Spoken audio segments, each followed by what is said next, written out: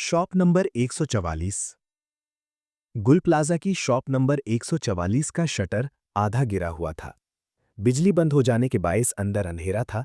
कुछ लोगों ने मोबाइल फोन की टॉर्च जलाई हुई थी, मगर रोशनी भी जिंदा नहीं लगती थी। मेजनाइन फ्लोर की छत के नीचे जमा धुआं आहिस्ता आहिस्ता सांसों को निगल रहा था। क्रॉकरी के शेल्फ अब भी अपनी जगह खड़े थे, जैसे किसी अजीब खामोशी में मुंजमद हो गए हों। प्लेटों, प्यालियों और डिनर सेट्स के दरमियान तकरीबन 2 दर्जन जिंदगियां सिमटकर खड़ी थीं, एक दूसरे से लिपटी हुई, एक दूसरे के सहारे पर। दुकान के मालिक हाजी साहब कांपते हाथों से शटर को दोबारा नीचे करने की कोशिश कर रहे थे। बस बंद रखो, बाहर आग है, यहां बच जाएंगे हम। उनकी आवाज में खुद एतमादी कम और खुद को तसल्ली ज्यादा थी। नौजवान सेल्समैन जो रोजाना इसी दुकान में ग्राहकों को मुस्कुराकर बर्तन दिखाता था, अब मोबाइल हाथ में लिए नेटवर्क तलाश कर रहा था। हाजी साहब, मीडिया वाले आ गए होंगे नीचे। जैसे ही खबर चलेगी फायर ब्रिगेड आ जाएगी, वो आग बुझा देंगे। एक कोने में 3 खवातीन बैठी थीं, जिनमें एक 50 साला औरत अपनी बेटी और भांजी के साथ शॉपिंग के लिए आई थी। माँ बार बार कह रही थी, हमने तो बस चाय के कप लेने थे, अल्लाह हमें घर वापस भेज दे। उनकी बेटी खामोशी से आंसू पोंछ रही थी और भांजी के होंठ मुसलसल हिल रहे थे, धुआं में, सिसकी में, शायद दोनों में। करीब ही बाप बेटे की जोड़ी खड़ी थी। बाप ने बेटे के कंधे पर हाथ रखा हुआ था।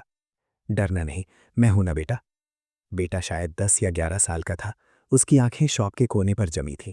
शायद उसकी आंखें महफूज जगह की तलाश में थीं। बाबा, आज नानू के घर जाना था, वो इंतजार कर रही होंगी। उन्होंने आज मेरी पसंद के मटर चावल भी बनाए हैं।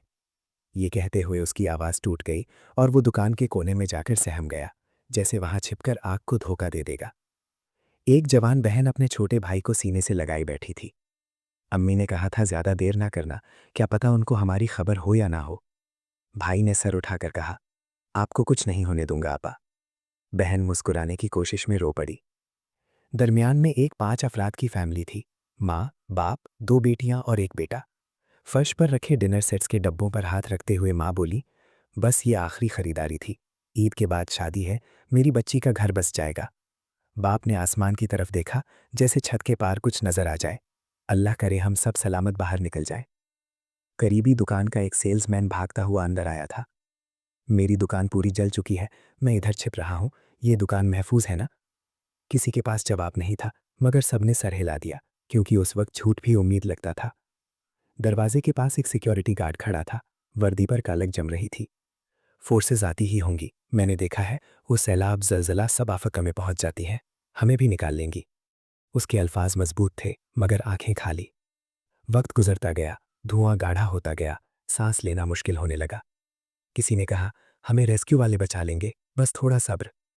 किसी ने मीडिया पर भरोसा किया, कैमरे ऑन होंगे, हुक्मरान मजबूर हो जाएंगे। एक आदमी ने 2 सियासी जमातों का नाम लिया, मैंने माजी में वोट दिया है उन्हें, वो शहर की नुमाइंदा है, वो हमें नहीं मरने देंगे। लेकिन उम्मीद का वजन धुएं से हल्का होता जा रहा था। खवातीन की दुआएं बुलंद हो गईं, या अल्लाह, या अल्लाह। एक औरत ने रोते हुए कहा, मेरी बच्ची की शादी रह गई है। दूसरी ने हाथ उठाकर कहा, या अल्लाह, अगर यहां से नहीं निकालना तो कम से कम आसानी दे दे। बच्चा कोने में कान बंद किए बैठा था। नानू प्यारी नानू। उसकी आवाज अब सिर्फ होठों की हरकत थी। गर्मी बढ़ने लगी, हवा जलने लगी। सेल्समैन ने हाँफते हुए कहा, हाजी साहब, शायद शटर खोलना पड़े। हाजी साहब ने सर हिलाया, बाहर शदीद आग है, अल्लाह से दुआ करो शायद। आखिरी लम्हों में बातें टूटने लगीं, जुमले अधूरे। सिक्योरिटी गार्ड ने वर्दी के बटन खोलते हुए कहा, मेरा फर्ज बस यही था। बाप ने बेटे को सीने में भींचा, आंखें बंद कर लो मेरी जान और मुझे माफ कर दो। दुआ, उम्मीद, सियासत, मीडिया सब धुएं में खुल गए। आखिरी 2 लम्हे चीख नहीं थीं, वो सरगोशियां थीं। अल्लाह, अम्मी, माफ कर दे। और गुल प्लाजा की शॉप नंबर 144, जो कभी चमकते बर्तनों की दुकान थी, खामोशी का एक बंद कमरा बन गई, जहां यकीन जिंदा रहा, मगर जिंदगी ना बच सकी।